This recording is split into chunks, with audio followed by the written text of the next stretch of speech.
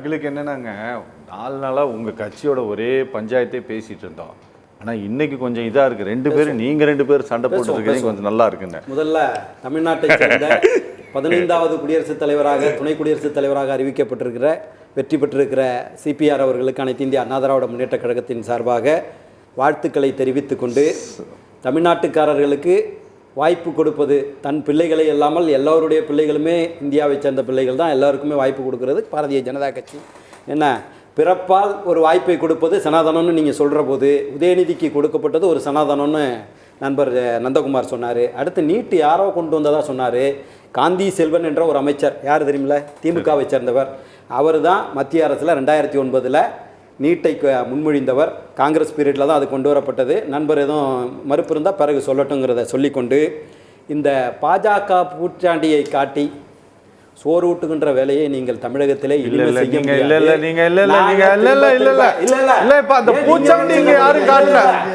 என்னைய பேச அனுமதிங்க. அவர் நீங்க ரொம்ப தாலாட்டு பாடுற மாதிரி உட்கார்ந்து இருந்தீங்க. இல்ல நீங்க தப்பாவே பேசக்கூடாதுன்னு.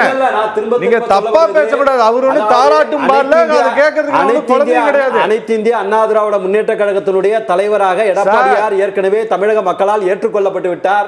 99 மக்கள் ஏத்துக்கல. நீங்க மக்கள் ஏத்துக்கல.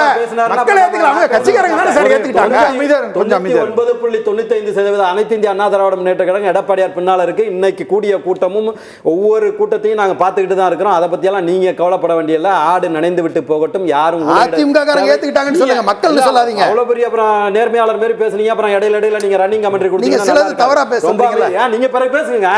நீங்க என்ன 18 ஆண்டுகள் மத்திய அரசுல அங்கம் வகித்த திராவிட முன்னேற்ற கழகம், 9 கேபினெட் அமைச்சர்களை வைத்திருந்த திராவிட முன்னேற்ற கழகம் தமிழகத்தினுடைய நலன் சார்ந்து இன்னைக்கு கல்வியை மாநில பட்டியலில் கொண்டு வரும். நீங்க தானங்க ஆட்சியில் இருந்தீங்க 18 ஆண்டுகள் மத்திய அரசுல.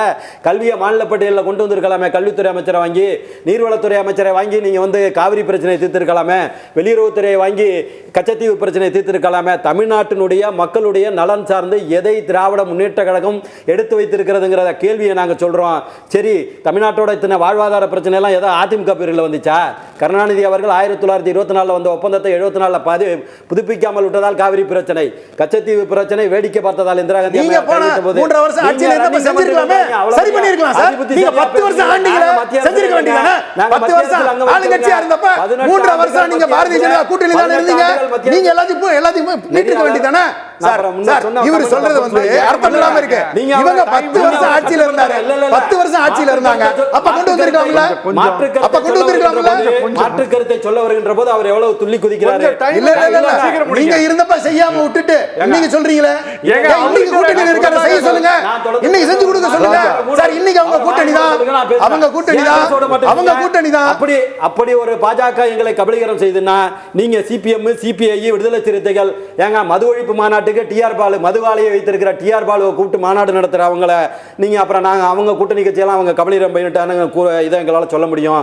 ரோம் நகரம் பற்றி எறிந்த போது பிடியில் வசித்த நீரோ மன்னனை போல தூய்மை பணியாளர்கள் இங்கே அடிபட்டு ரத்தத்தோடு ஏற்றப்பட்ட போது நீங்கள் வந்து கூலி கேட்டு போராடின தூய்மை பணியாளர்களை உள்ள அனுப்பிட்டு கூலி படம் சிறப்பாக இருந்துச்சுன்னு சொன்ன நீரோ மன்னர்கள் யார் என்று தமிழ்நாட்டு மக்கள் பார்த்து கொண்டு தான் இருக்கிறார்கள்.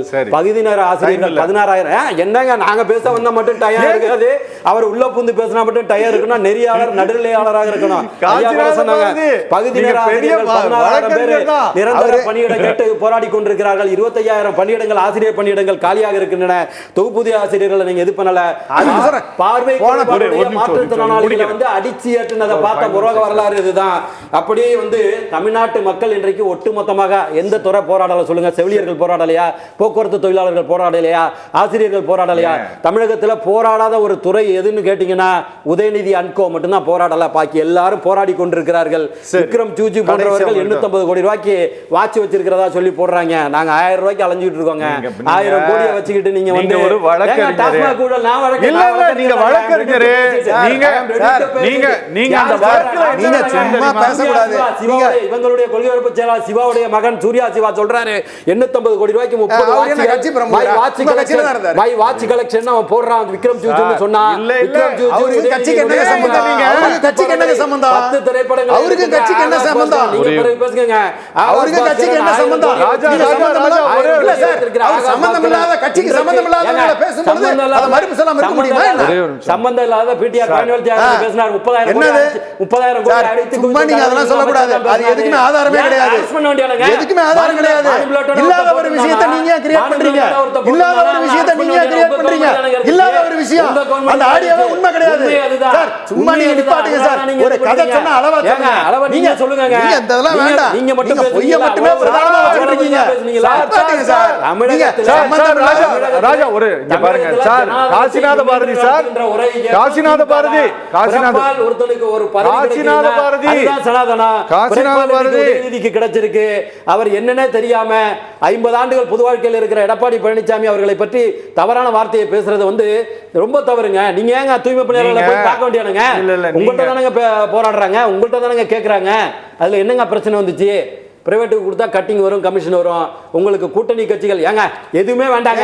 மார்க்சிஸ்ட் ஒரே அதெல்லாம் வராத பிரச்சனை தெரிஞ்சு ஐயோ டைம் இல்ல. உங்களை போன்றவர்கள் தூண்டி விட்டதனால மார்க்சிஸ்ட் நீங்க போய் தூண்டி விட்டதனால பிரச்சனை.